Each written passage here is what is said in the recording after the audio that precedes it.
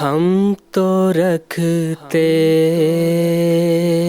ہیں مسلمانوں کا دین، دل سے ہے خدا میں ختم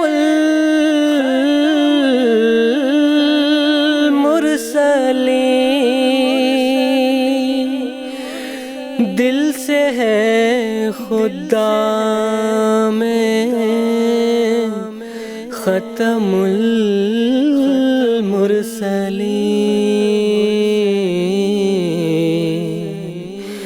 ختم المرسلین۔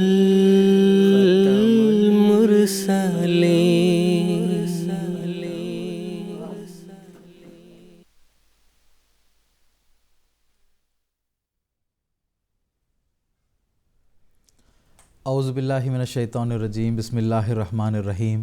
ناظرین کرام، السلام علیکم ورحمۃ اللہ وبرکاتہ۔ آج 1 جنوری 2022 ہفتے کا دن ہے۔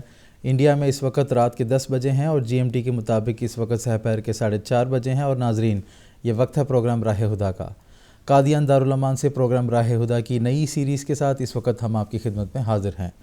ایم ٹی اے کے ہمارے ریگولر ویورز جانتے ہیں کہ پروگرام راہ ہدا کے 4 ایپیسوڈز پر مشتمل سیریز ہم قادیان دارالامان سے نشر کرتے ہیں، اور اس پروگرام میں ہم مختلف دینی معلومات کے حوالے سے بات کرتے ہیں، اسلامی عقائد اور اسلامی تعلیمات کے حوالے سے بات کرتے ہیں، اور اسٹوڈیو ڈسکشن کے ساتھ ساتھ ہم اپنے مشاہدین کو بھی موقع دیتے ہیں کہ وہ بھی ہمارے ساتھ اس پروگرام میں جڑیں، اور ان کے ذہن میں جو سوالات ہیں ان کو بھی ہم سنتے ہیں، جس کے لیے ٹیلی فون لائنز ایکٹیویٹڈ ہوتے ہیں، اور ہم اپنے اس پروگرام کے ذریعے سے ہی کوشش کرتے ہیں کہ ہمارے مشاہدین کے جو استفسارات ہیں ان کے جوابات بھی ان کے سامنے اس پروگرام کے ذریعے سے پیش کیے جا سکیں۔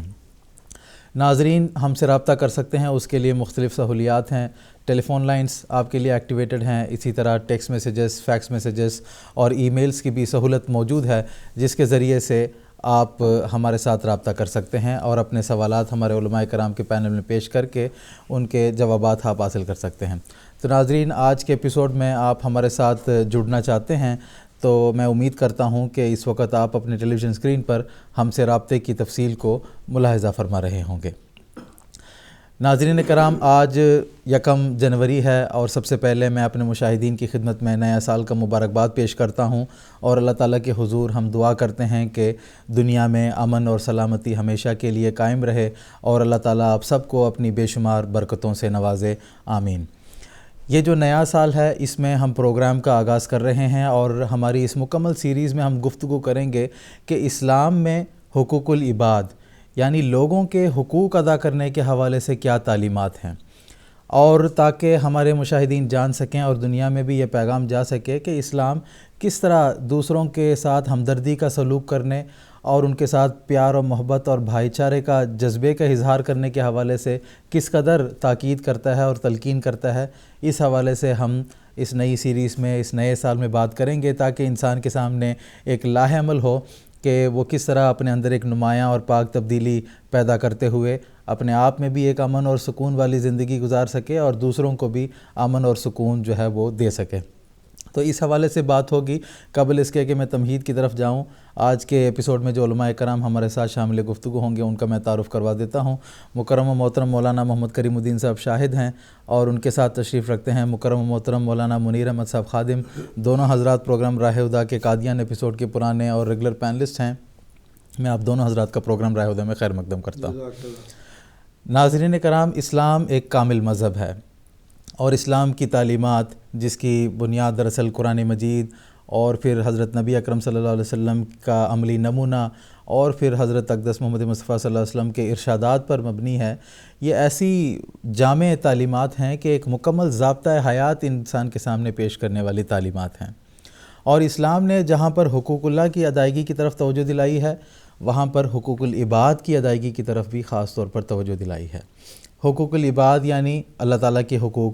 اللہ تعالیٰ نے انسان کو پیدا کیا اور اس کا زندہ رہنے کے لیے مختلف اس نے انتظامات کیے ہیں، تو شکر ادا کرتے ہوئے انسان خدا تعالیٰ کی عبادت بجا لاتا ہے اور اللہ تعالیٰ کے حکموں پر چلنے کی کوشش کرتا ہے۔ یہ حقوق اللہ جس کو ہم اسلامی اصطلاح میں کہتے ہیں۔ وہیں پر حقوق العباد کی طرف بھی قرآن مجید میں متعدد جگہ بھی ہمیں توجہ دلائی گئی ہے کہ تم نے صرف اللہ تعالیٰ کے حقوق کو ادا نہیں کرنے ہیں، بلکہ جتنا اہم اللہ تعالیٰ کے حقوق کو ادا کرنا ہے اتنا ہی اہم بندوں کے حقوق ادا کرنا بھی ہے، کہ انسان اپنے ساتھ جو لوگ ہیں ان کے ساتھ محبت اور مروت سے پیش آئے، ان سے ہمدردی کا اظہار کرے، ان کے ساتھ ایک بھائی چارگی کا تعلق ہو۔ تو یہ بھی اسلام ہر موقع پر انسان کو تعلیم دیتا ہے۔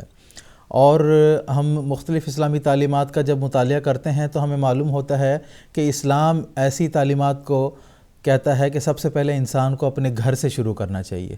انسان گھر میں اپنے والدین کے حقوق ادا کرے، اپنے اہل و عیال کے حقوق ادا کرے، میاں بیوی کے درمیان ایسے باہمی محبت کے رشتے ہوں کہ گھر میں انسان کو ایک سکون حاصل ہو۔ اور جب گھر سے انسان امن کے قیام کے حوالے سے دوسروں کو یہ حقوق کی ادائیگی کی کارروائی کو جب شروع کرتا ہے تو پھر آہستہ آہستہ وہ انسان اپنے معاشرے میں بھی امن کو قائم کرتا ہے اور اپنے شہر میں بھی امن قائم کرتا ہے، اور وسیع پیمانے میں پھر اس کی کوششوں کے نتیجے میں پورے صوبے میں اور پھر پورے ملک میں اور پوری دنیا میں جو ہے وہ امن کے قیام کے باعث جو ہے اس کی یہ معمولی سی کوشش بن جاتی ہے بطور پیش خیمہ، جو کہ وہ اپنے گھر سے قیام امن کے حوالے سے کوششوں کا آغاز کرتا ہے۔ تو آج کے ایپیسوڈ میں ہم بات کریں گے کہ کس طرح اسلام گھر کو پرسکون بنانے کے حوالے سے ایک گھر کے جو مختلف افراد ہوتے ہیں، جو مختلف رشتے گھر میں ہوتے ہیں، ان کے باہمی جو پیار و محبت کے تعلقات کس طرح ہونے چاہیے، اس کے بارے میں کیا تعلیم دیتا ہے، اور گھر والوں کے کیا حقوق اسلام بیان کرتا ہے، اسلامی کیا تعلیمات ہیں، اس کے بارے میں آج کے ایپیسوڈ میں ہم تفصیل سے بات کریں گے۔ آج کے جو میں نے عنوان بتایا ہے اس حوالے سے اگر ہمارے ناظرین کے ذہن میں سوالات ہیں تو ضرور ہمیں ٹیلی فون کریں۔ ہمارے ٹیلی فون لائنز آپ کے لیے ایکٹیویٹڈ ہیں اور ہم وقت کی رعایت کو مد نظر رکھتے ہوئے آپ کے سوالات کے جوابات بھی دینے کی ہر ممکن کوشش کریں گے۔ آج کے ایپیسوڈ میں گفتگو کا آغاز محترم مولانا محمد کریم الدین صاحب شاہد سے کرنا چاہتا ہوں۔ سب سے پہلے ہم یہ بات کر لیتے ہیں کہ حقوق العباد جب ہم کہتے ہیں تو اسلامی اصطلاح میں اس کے کیا معنی ہیں، اور ہم دیکھتے ہیں کہ اسلامی تعلیمات میں حقوق العباد کی طرف بار بار تاکید اور توجہ دلائی گئی ہے، تو اس میں بھی کیا حکمت ہے اور اس کی کیا وجوہات ہیں، میں آپ سے جاننا چاہوں گا۔ جزاک اللہ۔ بسم اللہ الرحمن الرحیم۔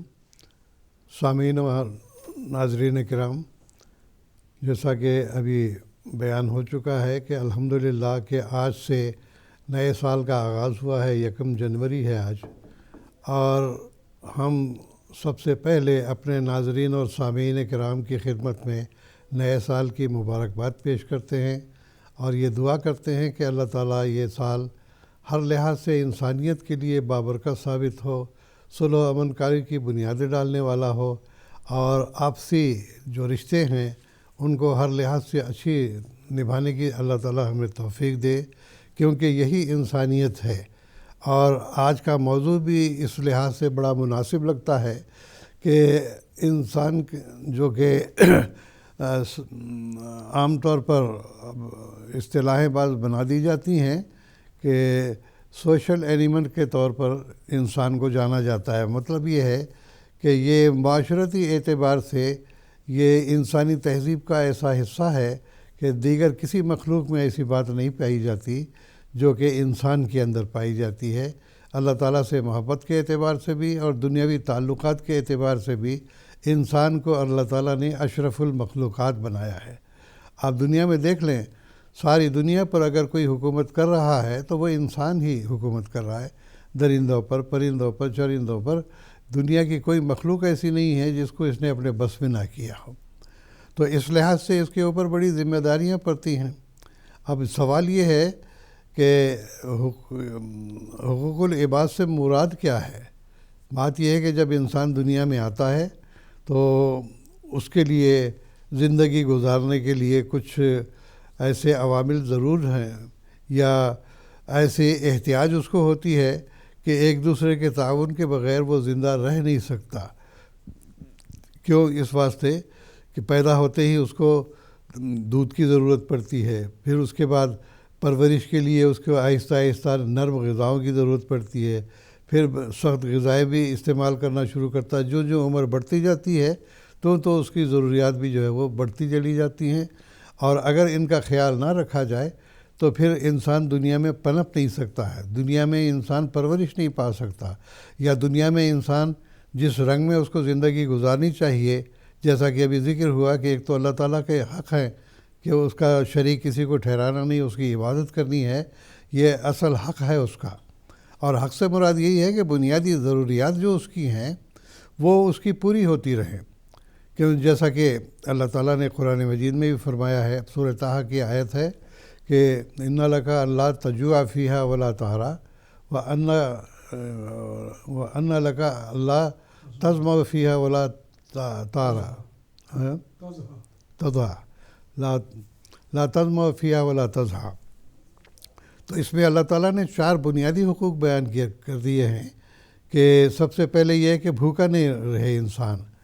آج کل جو نعرہ لگایا جاتا ہے یہ کوئی نیا نعرہ نہیں ہے، بلکہ یہ 1400 سال پہلے اللہ تعالیٰ نے توجہ دلائی تھی کہ روٹی، کپڑا اور مکان یہ بنیادی ضروریات ہیں انسان کی۔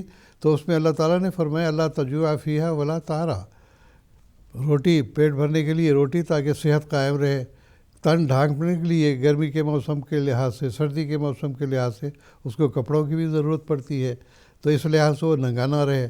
پھر یہ کہ وہ پانی کی بھی ضرورت پڑتی ہے، اس کو پانی فراوانی کے ساتھ اگر انسان کو مہیا نہ ہو تو نہ فصلیں اگ سکتی ہیں اور نہ اناج پیدا ہو سکتا ہے، نہ غلہ مہیا ہو سکتا ہے، بنیادی ضرورتوں پر وہ بھی اثر انداز ہوتا ہے۔ اور اسی طرح سے تضحیہ میں یہ بیان کیا گیا ہے کہ دھوپ برداشت نہ کر سکے، گویا کہ چھت ہونی چاہیے جہاں پر کہ وہ زندگی بسر کر سکے۔ تو حقوق العباد سے مراد یہی ہے کہ انسان کے لیے جو دنیاوی طور پر ضروریات زندگی ہیں وہ آرام سے مہیا ہوتی رہیں، اور یہ مہیا ہو نہیں سکتی جب تک کہ ہم ایک دوسرے کے ساتھ تعاون نہ کریں۔ اگر کوئی انسان یہ کہے کہ فصل میں اکیلا ہی اگا لوں گا، یہ غلط بات ہے۔ یہ کہے کہ کپڑا میں اکیلا ہی بن لوں گا، یہ بھی غلط بات ہے۔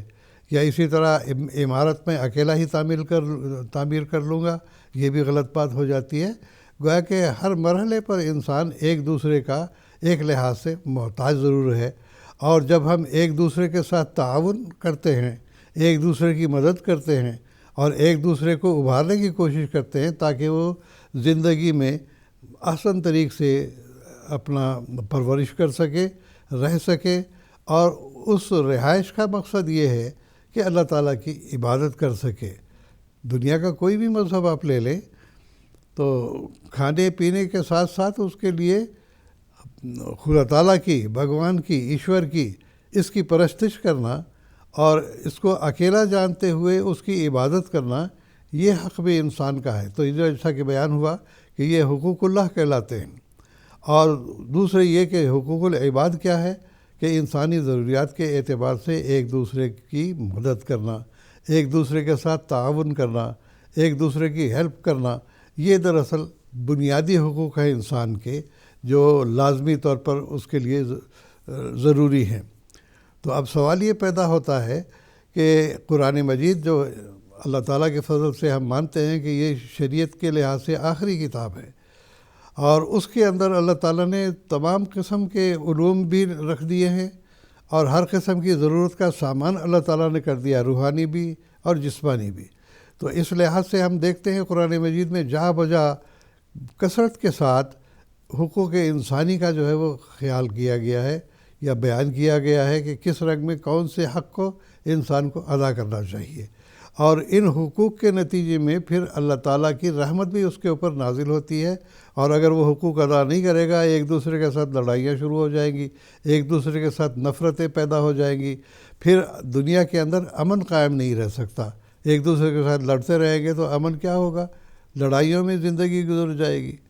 تو چنانچہ ایک حدیث میں آتا ہے کہ حضرت صلی اللہ علیہ وسلم نے فرمایا کہ اسلامی تعلیمات یہی ہیں، اور بس دوسرے مذاہب میں بھی اس میں کوئی شک نہیں کہ بنیادی طور پر ایسی تعلیمات پائی جاتی ہیں جو حقوق العباد سے تعلق رکھنے والی ہیں۔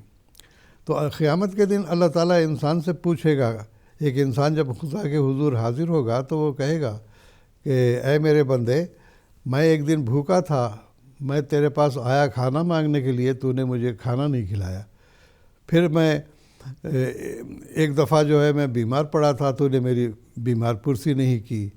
پھر اسی طرح سے میں ایک دفعہ بڑی مصیبت پہ تھا، تو نے میری مصیبت نہیں دور کی، اور میرے پاس کپڑا نہیں تھا، ننگا ہو کے میں تیرے پاس آیا تھا، تو نے مجھے کپڑا نہیں پہنایا۔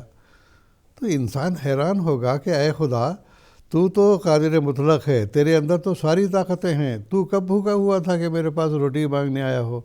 تو کب جو ہے وہ ننگا ہوا تھا کہ مجھ سے کپڑا مانگنے آیا ہو؟ تو کب بیمار پڑا تھا کہ میں بیمار پرسی کرنے جاتا؟ تو ہر قسم کی طاقت کا مالک ہے، تو کبھی نہ بھوکا ہوتا ہے، نہ پیاسا ہوتا ہے، نہ بیمار پڑتا ہے۔ تو ایسی صورت میں کیسے تیری تیمارداری کر سکتا تھا، یا کپڑا دے سکتا تھا، اناج دے سکتا تھا؟ تو اللہ تعالیٰ فرمائے گا کہ تجھے یاد ہے کہ ایک دفعہ میں تیرے پاس روٹی مانگنے کے لیے آیا تھا، تو نے کہا تھا کہ نہیں، روٹی نہیں دی تھی بلکہ مجھے دھتکار دیا تھا۔ وہ بندہ ایک بندہ عام نہیں تھا بلکہ میں ہی تھا، اس واسطے کہ وہ بندہ اس کو حاجت تھی، اس واسطے تیرے پاس روٹی مانگنے آیا تھا، تو وہ دراصل میرا بندہ نہیں تھا بلکہ میں ہی تھا۔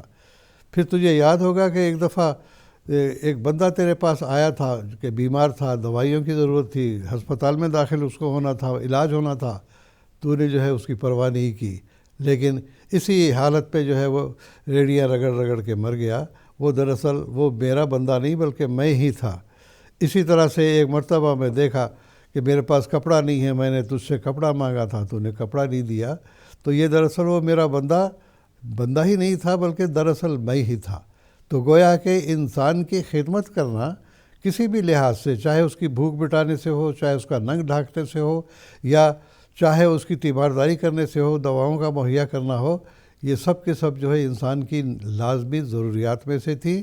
یہ دراصل انسان کی اس حاجت کو پورا کرنا دراصل اللہ تعالیٰ کی رحمت کو جذب کرنے کا باعث بنتا ہے۔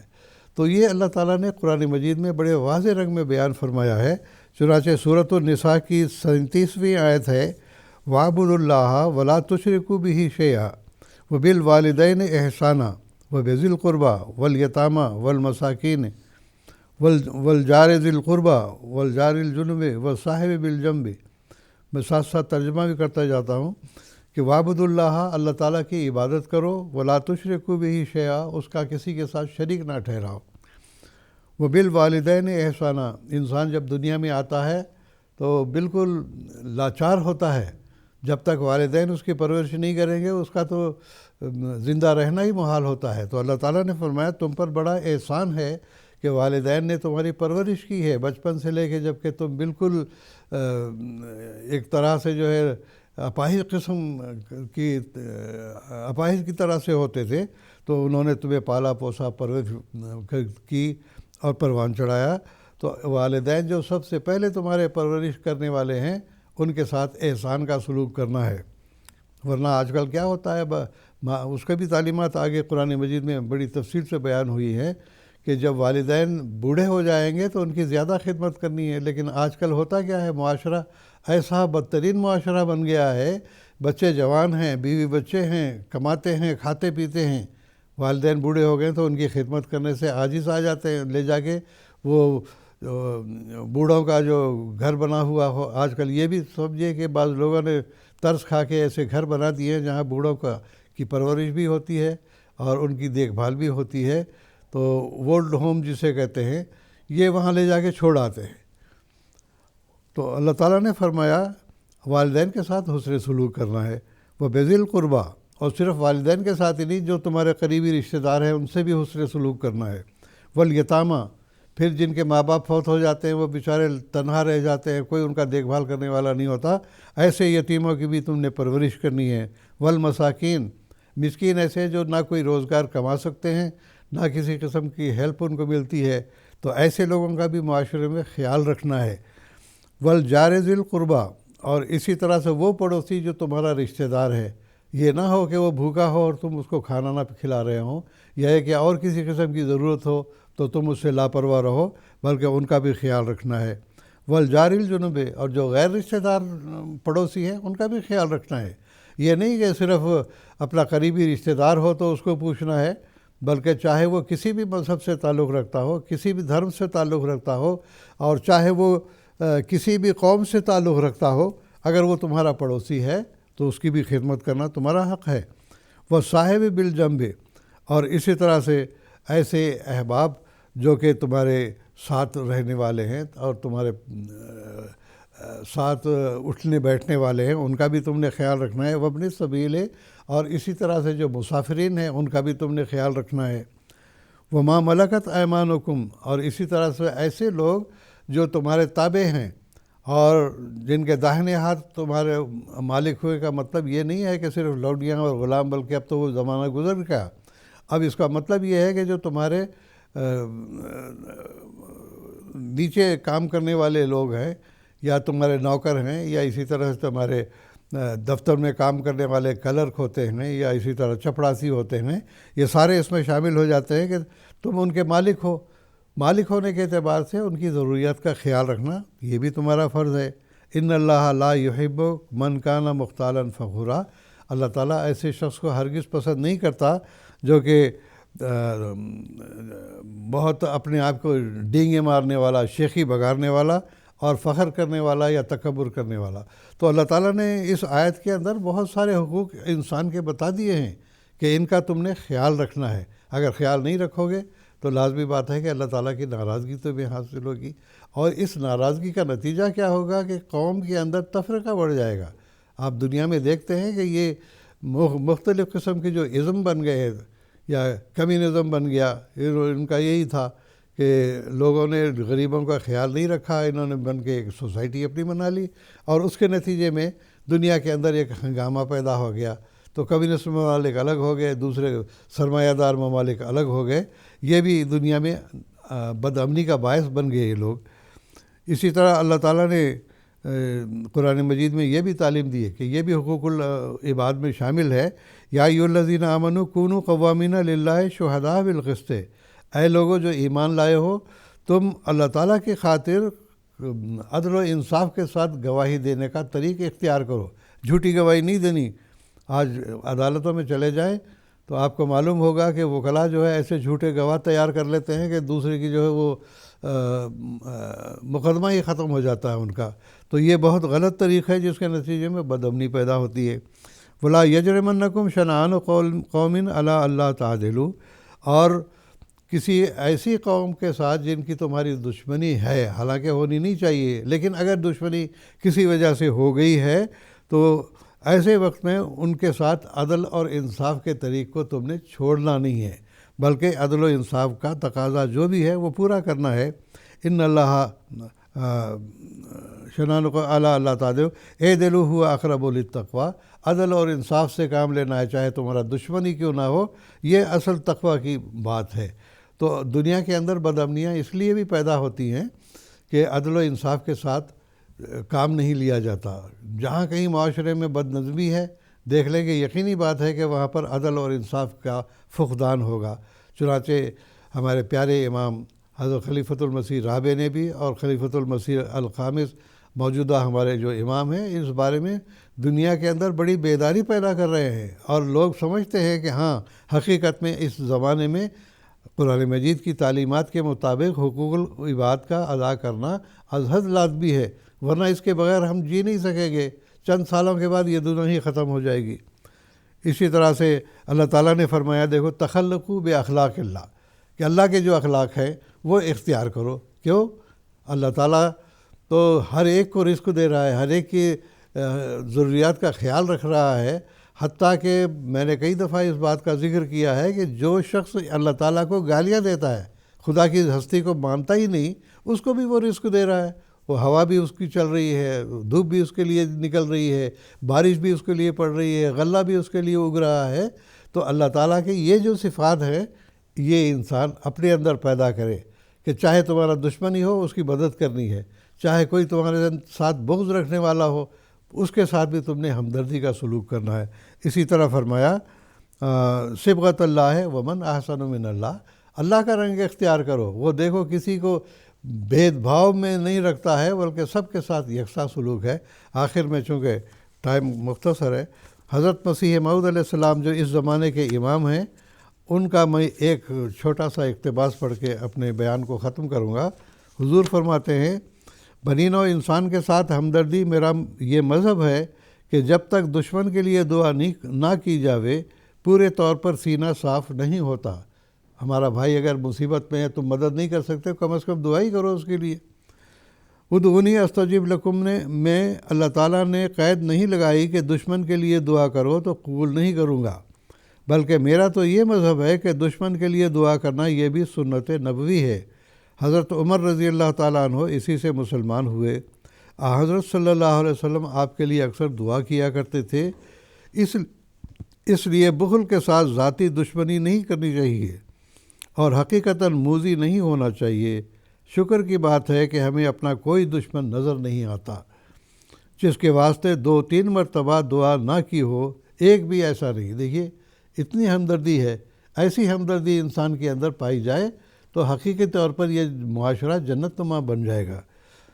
آخر میں حضور فرماتے ہیں پس تم جو میرے ساتھ تعلق رکھتے ہو تمہیں چاہیے کہ تم ایسی قوم بنو کہ جس کی نسبت آیا ہے فَإِنَّهُمْ قَوْمٌ لَا يَشْقَى جَلِيسُهُمْ، یعنی وہ ایسی قوم ہے کہ ان کا ہم جلیس یعنی ساتھ اٹھنے بیٹھنے والا بدبخت نہیں ہوتا۔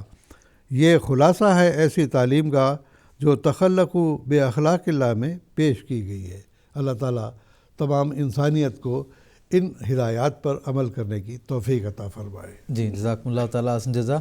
کچھ ٹیلی فون کالرز کو ابھی ہم موقع دیتے ہیں۔ اس وقت ہمارے ساتھ ٹیلی فون لائن پر موجود ہیں مکرم عارف الزمان صاحب، جو کہ بنگلہ دیش سے اس وقت ہمیں رابطہ کر رہے ہیں اور ہمارے پروگرام کے ریگولر کالر بھی ہیں۔ ان کا سوال سنتے ہیں۔ السلام علیکم ورحمۃ اللہ، عارف الزمان صاحب۔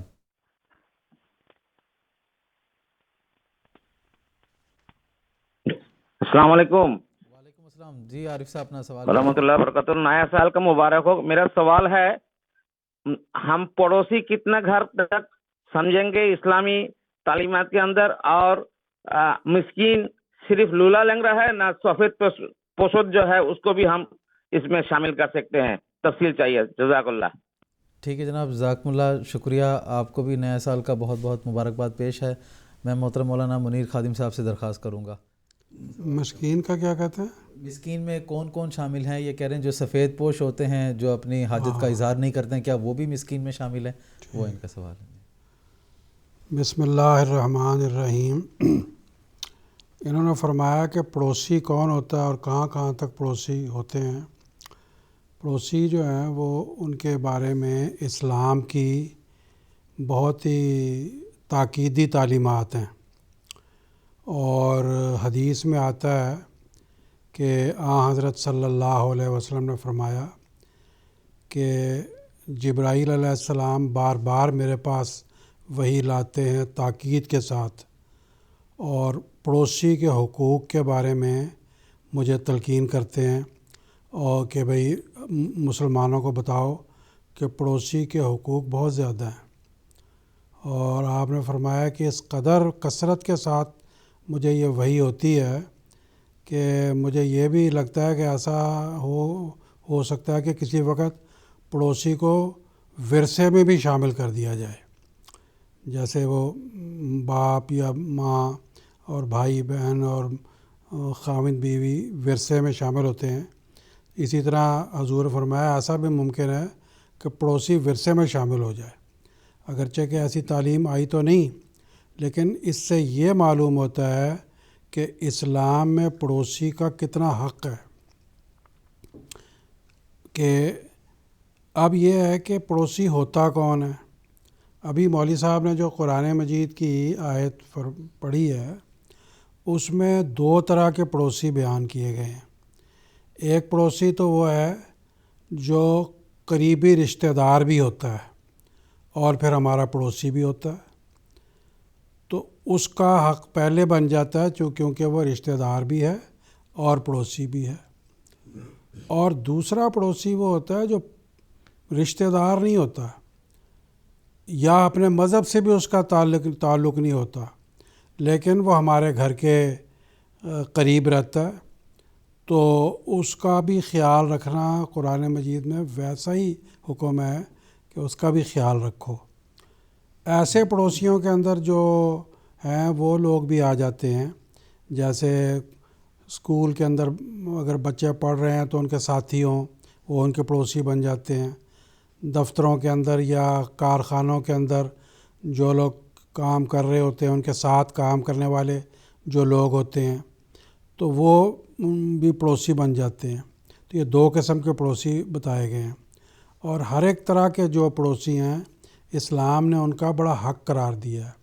اور اسلام یہ نہیں کہتا کہ پڑوسی مسلمان ہو، بلکہ کسی بھی مذہب سے اس کا تعلق ہو، کسی بھی معاشرے یا برادری سے اس کا تعلق ہو، وہ ہمارے ساتھ بیٹھتا ہے، اٹھتا ہے، ہمارے قریب رہتا ہے، تو اس کی خدمت کرنا ہمارا فرض ہے، کیونکہ اسلام وہ پہلا مذہب ہے کہ جس نے انسان اور انسان میں کسی طرح کی کوئی تفریق نہیں کی، بلکہ بعض اور قوموں میں تو ممکن ہے کہ یہ ہو کہ فلاں جو ہے ذات برادری کا ہے تو وہ ہمارا پڑوسی اگر ہو تو ہم اس سے کیسے سلوک کر سکتے ہیں، کیسے تعلق قائم کر سکتے ہیں، وہ ہمارے پاس سے آ کے پانی پی سکتا ہے یا نہیں پی سکتا۔ آپ ابھی بھی ہندوستان کے گاؤں دیہاتوں میں چلے جائیں، وہاں پر یہ سب باتیں ہیں، لیکن اسلام وہ پہلا اور آخری مذہب ہے اور بین الاقوامی مذہب ہے کہ جس نے انسان اور انسان کے درمیان کسی قسم کا فرق نہیں کیا۔ اب اس میں یہ بات ہے کہ پڑوسی چاہے کسی بھی مذہب کا ہو، کسی بھی برادری کا ہو، کسی بھی ذات سے تعلق رکھتا ہو، وہ پڑوسی اگر ہے تو بالکل برابر کی خدمت کا، برابر کے حق کا جو ہے وہ حصہ دار بن جاتا ہے۔ تو یہ اب پڑوسی کس حد تک پڑوسی ہوگا، کتنی دور تک کے رہنے والے پڑوسی ہوں گے، یہ سب انسان کی اپنی استطاعت کے اندر ہے۔ اگر ایک انسان کی اتنی استطاعت ہے کہ وہ اپنے گھر کے قریب کے دروازے تک کا جو پڑوسی ہے یا جو ہمارا قریبی رشتہ دار پڑوسی ہے اس کی ہی خدمت کر سکتا ہے، اس کی اتنی استطاعت نہیں ہے کہ وہ سارے محلے کے لوگوں کو، اگرچہ وہ بھی پڑوسی درجہ بدرجہ بنتے ہیں، لیکن اپنی اپنی استطاعت کی بات ہے۔ جتنی کسی کی استطاعت ہے، توفیق اللہ نے اس کو دی ہے۔ اللہ تعالیٰ کسی کو اس کی طاقت سے زیادہ اس پر بوجھ نہیں ڈالتا۔ تو اب انسان خود سوچ سکتا ہے کہ میں کہاں تک اور کیسے کیسے خدمت کر سکتا ہوں۔ بعض لوگ ایسے بھی ہم جانتے ہیں، ہم اس مسلمانوں میں بھی ہیں، دوسرے مذاہب میں بھی ہیں، کہ وہ پورے شہر کی بھی خدمت کرتے ہیں۔ رمضان کے مہینے میں بعض دفعہ بعض مسلمان پورے شہر کو پڑوسی سمجھ کے ان کی دعوت کا اور وہ جو افطار وغیرہ کا اہتمام کرتے ہیں، تو ٹھیک ہے۔ تو یہ انسان کی اپنی طاقت کے اوپر منحصر ہے۔ قرآن مجید میں اللہ تعالیٰ نے یہ تعلیم دی ہے کہ وَيُطْعِمُونَ الطَّعَامَ عَلَىٰ حُبِّهِ مِسْكِينًا وَيَتِيمًا وَأَسِيرًا، کہ یہ جو سچے اور پکے مسلمان ہیں جو حقوق العباد کا خیال رکھتے ہیں، اللہ کے بندوں کے حقوق کا خیال رکھتے ہیں، وہ کھانا کھلاتے ہیں اس کی محبت میں، اللہ کی محبت میں، دکھاوے کے لیے نہیں، نمود و نمائش کے لیے نہیں۔ کس کو کھلاتے ہیں؟ مسکین کو، یتیم کو اور قیدی کو بھی۔ اسی طرح اور بھی بہت سی باتیں لکھی ہیں کہ فلاں فلاں کو بھی کھلاتے ہیں۔ اور خرچ کرنے کا جو خدا کے بندوں کے لیے ہے، اس کے بارے میں اللہ تعالیٰ فرماتا ہے کہ تم اس وقت تک اللہ تعالیٰ کی خوشنودی حاصل نہیں کر سکتے جب تک کہ تم اس مال میں سے خرچ نہ کرو جو تمہارا محبوب مال ہے۔ تو یہ بھی ہے کہ انسان اگر کوئی فقیر آتا ہے تو اگر اس کو اللہ نے طاقت بخشی ہے تو وہ اس کو باسی روٹی 3 دن کی کھلا دے، تو اس سے اللہ تعالیٰ کی رضامندی اور اس کی محبت کو وہ حاصل نہیں کر سکتا۔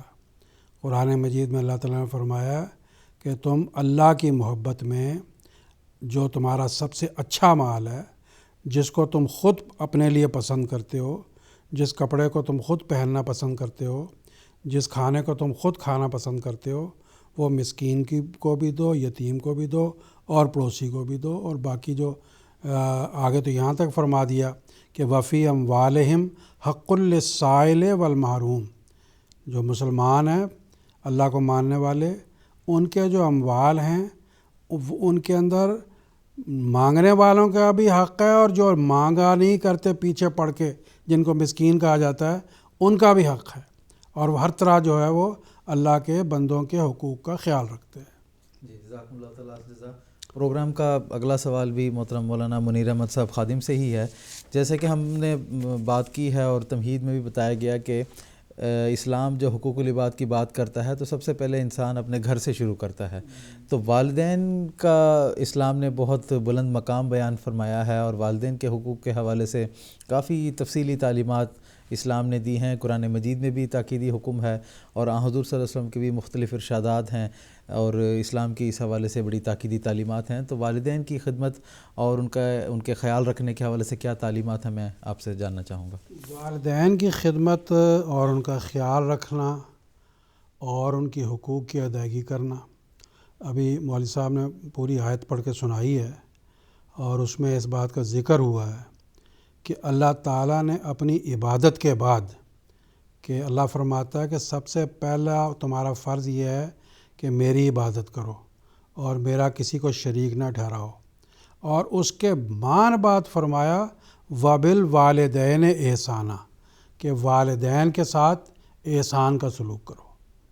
یعنی اللہ کی عبادت کے بعد نمبر 2 جو ہے، باقی اور کوئی نہیں، باقی سب اس کے نیچے ہیں.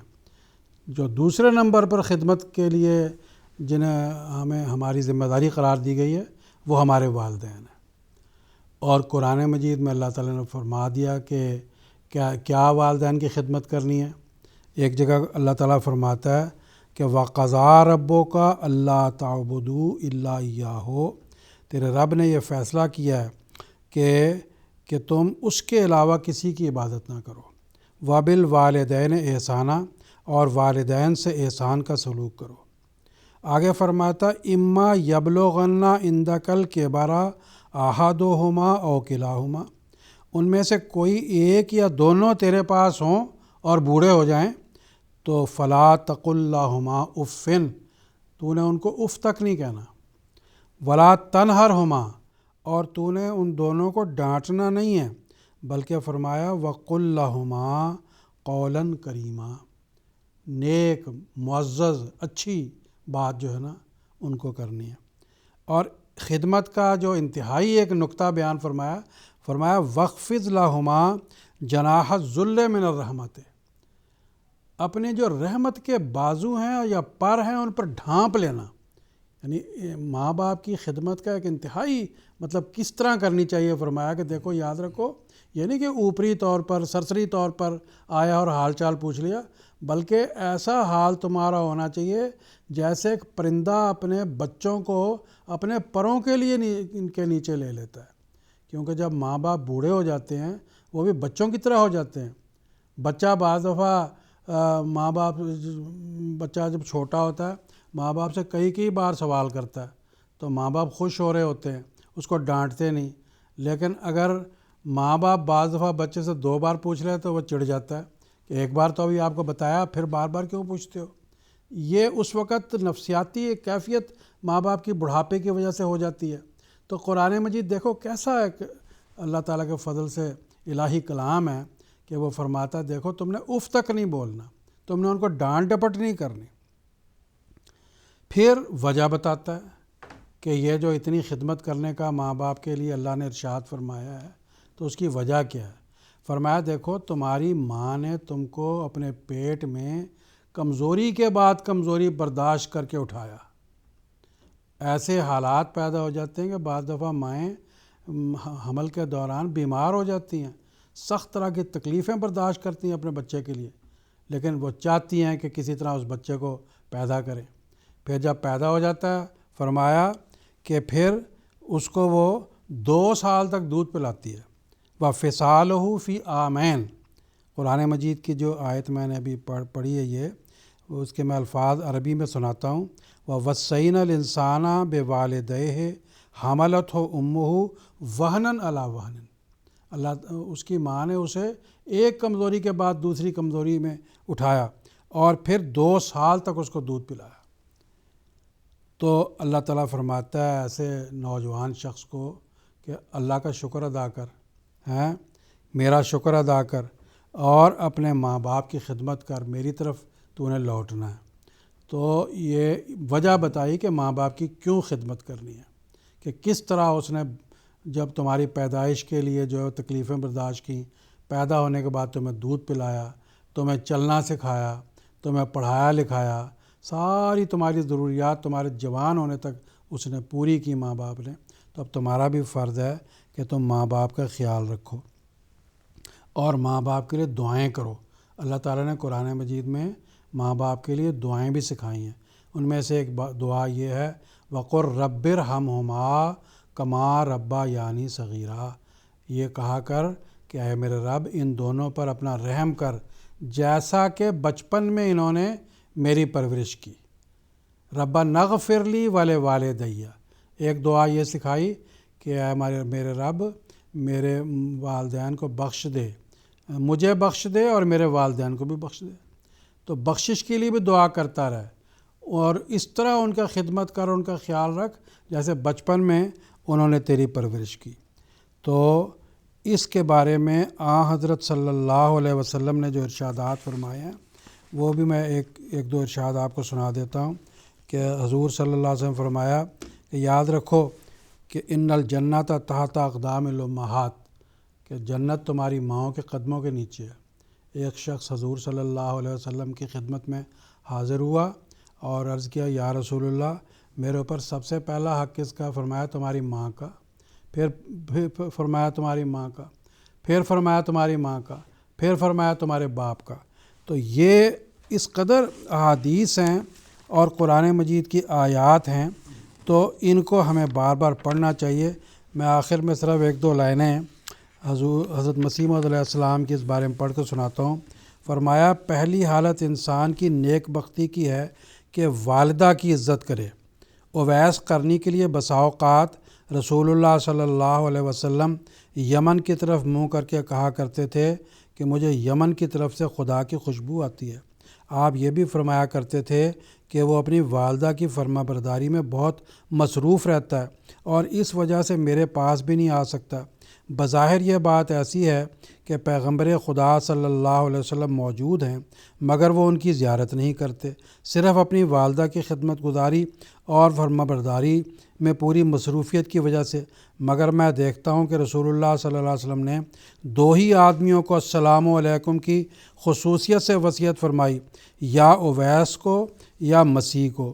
پھر فرمایا ہماری تعلیم کیا ہے؟ صرف اللہ اور رسول اللہ صلی اللہ علیہ وسلم کی پاک ہدایت کا بتلا دینا ہے۔ اگر کوئی میرے ساتھ تعلق ظاہر کر کے اس کو ماننا نہیں چاہتا تو وہ ہماری جماعت میں کیوں داخل ہوتا ہے؟ تو یہ سب تعلیمات ہمیں بتاتی ہیں کہ ہمیں اپنے والدین کی کس قدر خدمت کرنی چاہیے۔ جزاکم اللہ تعالیٰ حسن جزا۔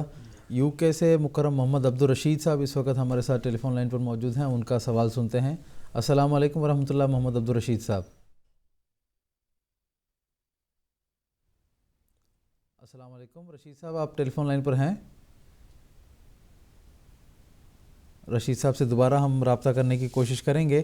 اس درمیان میں پروگرام کو آگے بڑھانا چاہوں گا اور محترم مولانا محمد کریم الدین صاحب شاہد سے میرا یہ سوال ہے کہ جس طرح ابھی ہم نے والدین کے حقوق کے حوالے سے بات کی ہے، تو اسلام نے اولاد کی تربیت کے تئیں جو والدین ہیں ان کے بھی کچھ ذمہ داریاں بیان کی ہیں اور اولاد کے بھی حقوق کو قرآن مجید نے اور اسلام نے محفوظ کیے ہیں، تو اس حوالے سے میں آپ سے تفصیل جاننا چاہوں گا۔ جزاک اللہ۔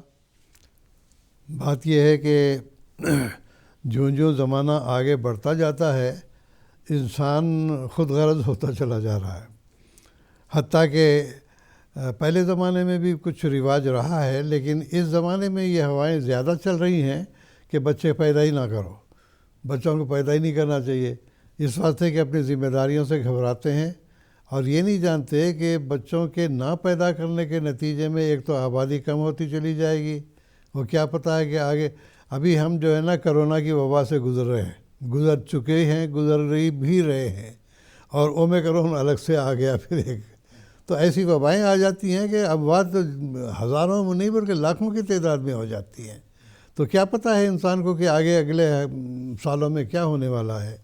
تو اس لحاظ سے اللہ تعالیٰ نے سب سے بنیادی تعلیم یہ دی ہے کہ لا تقتلوا اولادکم خشیۃ املاق، کھائیں گے پیئیں گے کہاں سے، بچے زیادہ پیدا ہو جائیں گے تو پیسے کہاں سے لائیں گے، اناج کہاں سے لائیں گے، غلہ کہاں سے لائیں گے، یہ فکر کھائی جا رہی ہے انسان کو۔ اللہ تعالیٰ نے فرمایا کہ تنگ دستی کی وجہ سے اپنے بچوں کا قتل نہ کرو، حالانکہ پیدا ہونے والے بچوں کو تو کوئی مارتا نہیں ہے، دراصل یہ نسل بندی کے یا اسی طرح سے دوسرے جو ذرائع حمل کو ضائع کرنے کے لیے استعمال کیے جاتے ہیں ان کی طرف دراصل یہ اشارہ ہے۔ اللہ تعالیٰ نے فرمایا اگر تمہیں تنگی کا خوف ہے نحن نرزقکم و ایاکم، ہم بچوں کو بھی تو رزق دیتے ہیں، تم کو آخر کون کھلاتا پلاتا ہے؟ یہ اللہ تعالیٰ ہی تم کو رزق دے رہا ہے۔ اس واسطے یہ نہ سوچو کہ ہم غریب ہیں تو بچے ہمارے کم ہو جائیں گے۔ ان قتلہم کان خطأ کبیرا، ان کا قتل کرنا اس لحاظ سے کہ بچہ پیدا ہی نہ کرو، یہ بہت بڑی خطا ہے اور بہت بڑی نافرمانی ہے اللہ تعالیٰ کی۔ تو اس لحاظ سے دیکھیے کہ دنیا نے جو ہے وہ مسئلے اٹھائے کہ بھئی بچے کم پیدا کریں وغیرہ، لیکن ہم نے دیکھا ہے، زندگی میں دیکھا ہے، بعض غریب خاندان میں حالانکہ بعض دفعہ فاقوں کی بھی نوبت آ جاتی ہے تو ان کے گھر کے اندر جو ہے نا 6-7 بچے پیدا ہو گئے۔ اب لوگ بعض دفعہ تمسخر بھی کرتے ہیں، لیکن ہم نے یہ دیکھا ہے کہ وہ بچے جب بڑے ہو جاتے ہیں وہ والدین کا سہارا بن جاتے ہیں، اور اللہ تعالیٰ کے فضل سے ان کے اندر ایسی صلاحیت اللہ تعالیٰ نے بعض دفعہ پیدا کی ہے کہ بعض کو تجارت میں شوق ہوتا ہے، بعض کو پڑھائی میں شوق ہوتا ہے، بعض کو کسی میں شوق ہوتا ہے۔ ہر بچے نے کچھ نہ کچھ ایسا مطالعہ کر لیا ہے یا محنت کر لی ہے یا جو بھی ہے، ایسے فنون اختیار کر لیے کہ اس کے نتیجے میں ان خاندانوں کی حالتیں بدل گئی۔ کل غریب تھے، آج اللہ کے فضل سے بلڈنگوں کے مالک بن گئے ہوئے ہیں۔ تو یہ اصل رزق تو اللہ کے ہاتھ میں ہے۔ میں چونکہ وقت کم ہے اس واسطے میں زیادہ اس پہ زور نہیں دوں گا۔ تو سب سے پہلے حضرت صلی اللہ علیہ وسلم نے اسلامی تعلیم یہ ہے کہ جب بچہ پیدا ہو تو اس کے کان میں جو ہے دائیں کان میں اذان دو، دائیں کان میں اذان دو اور بائیں کان میں اقامت کہو۔ اب بچہ تو سمجھتا نہیں ہے، لیکن آج کل سائنس نے ثابت کیا ہے کہ ہم جو بات کان میں بچے کے، جو پیدا ہونے والے بچے کے، نومولود کے کان میں ڈالتے ہیں، اس کا اثر زندگی بھر اس کے دماغ میں قائم رہتا ہے۔ تو اس لحاظ سے بڑی حکمت کے ساتھ آپ وسلم نے فرمایا اذان اور اقامت کان میں ڈالنے کا مطلب یہ ہے کہ اللہ تعالیٰ کی طرف اس کا رجحان ہمیشہ رہے، یہ نہ ہو کہ وہ دہریہ بن کے پھرتا رہے۔ دوسرا، اولاد کی تربیت کے لیے حضرت رسول اللہ صلی اللہ علیہ وسلم نے فرمایا کہ دیکھو اب جب بچہ ذرا باشعور ہو جاتا ہے، فرمایا مرو اولادکم بالصلاۃ، بچوں کو نماز کا بھی حکم دینا ہے۔ یہ نہیں کہ ان سے لاپرواہ رہو، خود نماز پڑھ لی، بچے پڑھے نہ پڑھے بے پرواہ ہوں، یہ نہیں، بلکہ اپنی اولاد کو نماز کا حکم دو۔ وہم ابناؤ 7 سنین، 7 سال کا بچہ ہو تو نماز کا اس کو کہنا کہ بچوں نماز پڑھنا ہے، تھوڑا اپنے ساتھ مسجد بھی لے جاؤ یا اپنے گھر میں ہی کم از کم اس کو نماز پڑھنے کی عادت ڈالو۔ وَاضْرِبُوهُمْ عَلَيْهَا وَهُمْ أَبْنَاءُ 10 سنین اور اگر بچہ 10 سال کا ہو جاتا ہے اور پھر بھی نماز نہیں پڑھتا ہے تو اس پہ تعدیبی طور پر جو ہے تھوڑی سزا بھی اس کو دینی چاہیے۔ یہ نہیں کہ چھڑی لی اور پیٹنا شروع کر دیا۔ یہ مار پیٹ کے بعض جاہل قسم کے والدین بھی ایسے ہوتے ہیں کہ ان پہ سختی اتنی اختیار کرتے ہیں کہ بچہ دین سے ہی نفرت کرنے لگے، وہ بات بھی نہیں۔ تو گویا کہ تربیت اولاد کے لیے یہ حکم ہے کہ 7 سال کا بچہ ہو، نماز کا اس کو حکم دو۔ نماز نہیں پڑھتا ہے 10 سال تک تو 10 سال کی عمر ہو جانے کے بعد اس کو تھوڑی سی سرزنش بھی کرو۔ پھر اولاد کی تربیت کے لیے حضرت رسول اللہ صلی اللہ علیہ وسلم نے فرمایا ما من مولود الا یولد علی الفطرۃ، دیکھو بچہ جب پیدا ہوتا ہے اس کے ذہن میں تو کچھ نہیں ہوتا کہ اسلام ہے، عیسائیت ہے، دہریت ہے، کیا ہے، اس کو تو سکھانا پڑتا ہے۔ تو فَأَبَوَاهُ يُهَوِّدَانِهِ وَيُنَصِّرَانِهِ وَيُمَجِّسَانِهِ، یہ مسلم کتاب العلم کا ہے کہ بچہ جب بڑا ہونے لگتا ہے تو اس کے ماں باپ اس کو جو ہے یا تو اس کو جو ہے یہودی بنا لیتے ہیں یا نصرانی یا عیسائی بنا لیتے ہیں یا مجوسی بنا لیتے ہیں۔ تو گویا کہ توجہ دلائی ہے کہ اگر تم نے اپنے بچے کو اللہ کی سیدھی راہ پہ چلانا ہے تو ان کے کان میں آواز ڈالتے جاؤ کہ تم مسلمان ہو یا تم کس مذہب سے تعلق رکھتے ہو۔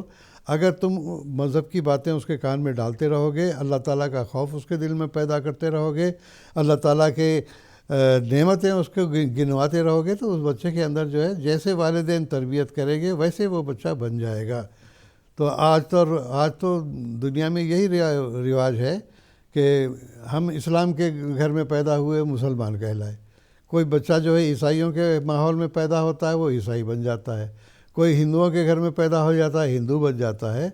تو ہمیں یہ چاہیے کہ جس مذہب میں بھی ہو اللہ تعالیٰ کی عبادت اور بنی نوع انسان کے ساتھ ہمدردی کا اس کو سبق دینا چاہیے. اور آہستہ آہستہ جب وہ اس کا دماغ ڈیولپ ہو جائے گا تو وہ خود سوچ لے گا کہ کس مذہب میں کتنی خوبی پائی جاتی ہے. پھر اسی طرح سے حضرت صلی اللہ علیہ وسلم نے فرمایا ما نحل والد ولدہ من نحل افضل من ادب حسن، کہ کوئی باپ اگر کسی بچے کو کوئی تحفہ دینا چاہتا ہے تو سب سے بہتر تحفہ اس کے لیے یہی ہے کہ اچھا ادب اس کو سکھائے. بڑوں کا احترام کیسے کرنا ہے، بڑوں سے بات کیسی کرنی ہے، ورنہ بچے بے لگام ہو جاتے ہیں بات چیت کرتے ہوئے. اسی طرح سے ایک حدیث میں فرمایا اکرموا اولادکم واحسنوا ادبہم، اپنی اولاد کی عزت کیا کرو. یہ نہیں کہ دھتکارتے رہیں ہمیشہ گالی گلوچ کرتے رہے، بلکہ ان کے عزت کیا کرو. اور احسنوا ادبہم، سب سے بڑی بات ہے کہ ان کے ادب کا خیال رکھو اور ان کو ادب سکھاؤ کہ بڑوں سے کیسے بات کرنی ہے، لوگوں سے کیسے ملنا جلنا ہے. میں آخر میں حضرت مسیح موعود علیہ الصلوۃ والسلام کا کہ 2 اقتباس ہیں وہ پڑھ کے اس بیان کو ختم کروں گا کیونکہ وقت تھوڑا ہے. یہ ملفوظات جلد 2 کے حوالے ہیں. حضرت مسیح علیہ السلام فرماتے ہیں میرے نزدیک بچوں کو یوں مارنا شرک میں داخل ہے گویا بدمزاج مارنے والا ہدایت اور ربوبیت میں اپنے تئیں حصہ دار بنانا چاہتا ہے. ایک جوش والا آدمی جب کسی بات پر سزا دیتا ہے تو اشتعال میں بڑھتے بڑھتے ایک دشمن کا رنگ اختیار کر لیتا ہے اور جرم کی حد سے سزا میں کوسوں دور تجاوز کر جاتا ہے. اگر کوئی شخص خوددار اور اپنے نفس کی باغ ڈور کو قابو سے نہ دینے والا اور پورا متحمل اور بردبار اور باسکون اور باوقار ہو تو اسے البتہ حق پہنچتا ہے کہ کسی وقت مناسب پر کسی حد تک بچے کو سزا دے یا جشن نمائی کرے، مگر مغلوب الغضب اور سبک سر اور طائش العقل ہرگز سزا دینے کے سزاوار نہیں کہ بچوں کی تربیت کا متکفل ہو. جس طرح اور جس قدر سزا دینے والے کوشش کی جاتی ہے کاش دعا میں لگ جائے، یعنی بچہ نہیں مانتا ہے دعائیں کرو اس کے لیے. اور بچوں کے لیے سوز دل سے دعا کرنے کو ایک حزب مقرر کر لیں، اس لیے یعنی اپنا طریق بنا لیں اس کو، اس لیے کہ والدین کی دعا کو بچوں کے حق میں خاص قبول بخشا گیا ہے. اور دوسرا حوالہ ہے ہدایت اور تربیت حقیقی خدا تعالیٰ کا فعل ہے. سخت پیچھا کرنا اور ایک اصرار پر اصرار کو حد سے گزار دینا، یعنی بات بات پر بچوں کو روکنا اور ٹوکنا، یہ ظاہر کرتا ہے کہ گویا ہم ہی ہدایت کے مالک ہیں اور ہم اس کو اپنی مرضی کے مطابق ایک راہ پر لے آئیں گے. یہ ایک قسم کا شرک خفی ہے. ایک بچہ بیزار ہو کے پھر جو ہے ان کی بات ماننا ہی چھوڑ دیتا ہے. پھر اس سے ہماری جماعت کو پرہیز کرنا چاہیے. ہم تو اپنے بچوں کے لیے دعا کرتے ہیں اور سرسری طور پر قواعد اور آداب تعلیم کی پابندی کرواتے ہیں، بس اس سے زیادہ نہیں. اور پھر اپنا پورا بھروسہ اللہ تعالیٰ پر رکھتے ہیں. جیسا کسی میں سعادت کا تخم ہوگا وقت پر وہ سرسبز ہو جائے گا. اللہ تعالیٰ تربیت اولاد کے جو گر اسلام نے ہمیں سکھائے ہیں، قرآن میں بھی بہت ساری تعلیمات ہیں اور احادیث میں بھی، اللہ تعالیٰ ان کو صحیح رنگ میں ہمیں سمجھنے اور لوگوں کو سمجھانے کی بھی توفیق عطا فرمائے. جزاکم اللہ تعالیٰ احسن جزا. آج کے ایپیسوڈ کا آخری سوال ہے، میں محترم مولانا منیر احمد صاحب خادم سے کرنا چاہتا ہوں کہ میاں بیوی کے ایک دوسرے کے لیے کیا حقوق اسلام نے بیان کیے ہیں، اس بارے میں بھی ہمارے ناظرین کو کچھ تفصیل بتا دیں. اسلام نے میاں بیوی کے حقوق جو ہے نا برابری کے رکھے ہیں، اور اس کے لیے قرآن مجید کی یہ آیت ہے جو سورۃ البقرہ کی 229ویں آیت ہے. فرمایا وَلَهُنَّ مِثْلُ الَّذِي عَلَيْهِنَّ بِالْمَعْرُوفِ، کہ ان عورتوں کا دستور کے مطابق مردوں پر ویسا ہی حق ہے جیسا مردوں کا ان پر ہے، بالکل برابر کا. تو اب بات چیت کرنے کے لحاظ سے، سلوک کرنے کے لحاظ سے، مال و دولت رکھنے کے لحاظ سے، تعلیم حاصل کرنے کے لحاظ سے جو مرد کے حق ہیں وہ بالکل ویسے کے ساتھ ویسے عورت کے حق ہیں۔ اگر عورت مال کمائے گی تو وہ عورت کا مال ہوگا، مرد اس پہ حقدار نہیں بن سکتا۔ قرآن مجید میں اللہ تعالیٰ نے فرمایا ہے کہ للرجال نصیب مما اکتسبوا، مردوں کے لیے حصہ ہے جو انہوں نے کمائی کی، جو وہ ان کا حصہ ہوگا۔ وللنساء نصیب مما اکتسبنا، اور عورتوں کے لیے ان کا حصہ ہوگا جو وہ کمائیں گی۔ یہ نہیں کہ عورت کمائی کر کے لائے تو مرد جو ہے وہ ہڑپ لے، کہے کہ بھئی یہ میرا حصہ ہے مجھے دو، تو میرے ماتے تو نہیں۔ مرد کا یہ فرض ہے کہ جو وہ کما کر لاتا ہے وہ عورت پر، اپنی بیوی پر اور اپنے بچوں پر بھی خرچ کرے، لیکن عورت کے لیے لازم نہیں ہے کہ جو وہ کما کر کے لاتی ہے وہ لازمی طور پر اپنے خاوند پر خرچ کرے۔ ہاں، گھر کے اندر رہ کے آپسی سلوک، محبت اور پیار کے نتیجے میں جب اس نے اس کو کمانے کی اجازت دی ہے تو ایسی صورت میں اگر آپس کے سلوک کے نتیجے میں ایک دوسرے کی مدد کرتے ہیں تو الگ بات ہے، لیکن حق کے لحاظ سے نہیں۔ تو قرآن مجید میں تو یہ جو برابری کی تعلیم دی گئی ہے وہ بالکل اسی کے مطابق حضرت صلی اللہ علیہ وسلم نے بھی مردوں کو یہ فرمایا کہ دیکھو اپنی بیویوں سے حسن سلوک کیا کرو۔ حدیث ہے، فرمایا خیرکم خیرکم لأہلہ وانا خیر لأہلی، تم میں سے سب سے بہتر انسان وہ ہے جو اپنے اہل کے ساتھ، اپنی بیوی کے ساتھ، اپنے بچوں کے ساتھ اچھا سلوک کرتا ہے۔ اور فرمایا میں دیکھ لو میری مثال تمہارے سامنے اپنے اہل کے ساتھ سب سے بہتر سلوک کرنے والوں میں سے ہوں۔ تو عورت کے جو حقوق اسلام نے بیان کیے ہیں وہ تو اس قدر زیادہ ہیں کہ اسلام سے پہلے جو عرب کا جو رواج تھا اس میں بھی وہ حقوق نہیں تھے، اور بلکہ دوسرے مذاہب میں بھی جو اسلام سے پہلے مذاہب تھے ویسے حقوق نہیں دیے جاتے۔ مثال کے طور پر وہ منو سمرتی پڑھ لیں، اس میں لکھا ہوا ہے کہ عورت جب تک بچی ہوگی وہ باپ کے ماتحت ہے، جوان ہو جائے گی خامند کے ماتحت ہے، اور وہ کچھ اس کا مال و دولت نہیں ہو سکتا، سب مال و دولت اس کے خامند کا یا اس کے، اور اگر بوڑھی ہو جائے گی تو اپنے بچوں کے ماتحت ہو جائے گی۔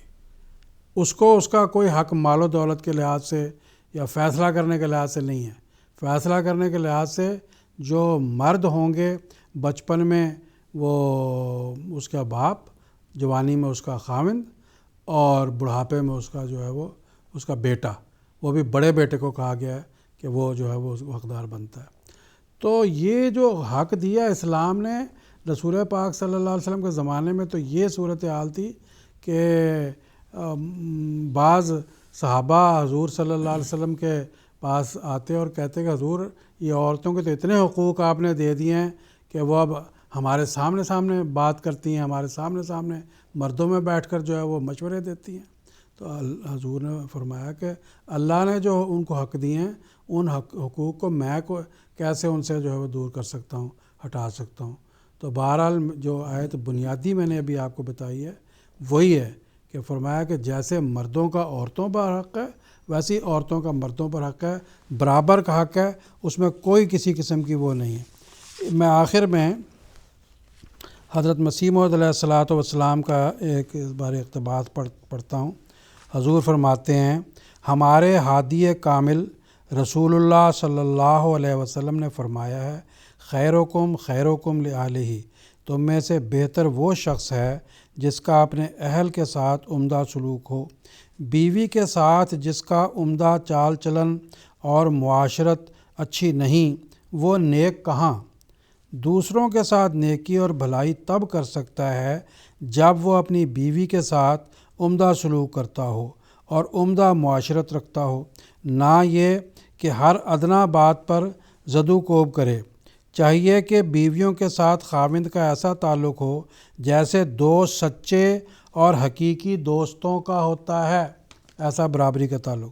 انسان کے اخلاق فاضلہ اور خدا تعالیٰ سے تعلق کی پہلی گواہ تو یہی عورتیں ہوتی ہیں، اگر انہی سے اس کے تعلقات اچھے نہیں تو پھر کس طرح ممکن ہے کہ خدا تعالیٰ سے صلح ہو؟ رسول اللہ صلی اللہ علیہ وسلم فرماتے ہیں خیرکم خیرکم لأہلہ، تم میں سے اچھا وہ ہے جو اپنے اہل کے ساتھ اچھا ہو۔ ملفوظات جلد سوم صفحہ 300۔ جزاکم اللہ تعالیٰ جزا۔ ناظرین کرام، اس کے ساتھ آج کا ہمارا ایپیسوڈ ختم ہوا چاہتا ہے۔ آخر پر میں بانی جماعت احمدیہ حضرت اقدس مرزا غلام احمد صاحب قادیانی مسیح موعود و مہدی موعود علیہ الصلوۃ والسلام کا ایک اقتباس آپ کی خدمت میں پیش کرتا ہوں، جس میں حضور فرماتے ہیں نوع انسان پر شفقت اور اس سے ہمدردی کرنا بہت بڑی عبادت ہے، اور اللہ تعالیٰ کی رضا حاصل کرنے کے لیے یہ ایک زبردست ذریعہ ہے، مگر میں دیکھتا ہوں کہ اس پہلو میں بڑی کمزوری ظاہر کی جاتی ہے۔ دوسروں کو حقیر سمجھا جاتا ہے، ان پر ٹھٹھے کیے جاتے ہیں، ان کی خبر گیری کرنا اور کسی مصیبت اور مشکل میں مدد دینا تو بڑی بات ہے۔ تو ناظرین، انشاءاللہ العزیز حقوق العباد کے حوالے سے اسلامی تعلیمات کے بارے میں ہم اپنی سیریز کے آئندہ ایپیسوڈز میں بھی گفتگو کریں گے۔ ہماری اس سیریز کا اگلا ایپیسوڈ مرخہ 8 جنوری 2022 ہفتے کے دن انڈین ٹائم کے مطابق رات کے 10 بجے اور GMT کے مطابق سپہر کے 4:30 بجے قادیان دارالمان سے ہم آپ کی خدمت میں لائیو پیش کریں گے۔ تب تک کے لیے اجازت دیجیے گا۔ السلام علیکم ورحمۃ اللہ وبرکاتہ۔ آؤ لوگوں کہ یہی نور خدا پاؤ گے، لو تمہیں طور تسلی کا بتایا ہم نے۔ آؤ لوگوں کہ یہی نور خدا پاؤ گے، لو تمہیں طور تسلی کا بتایا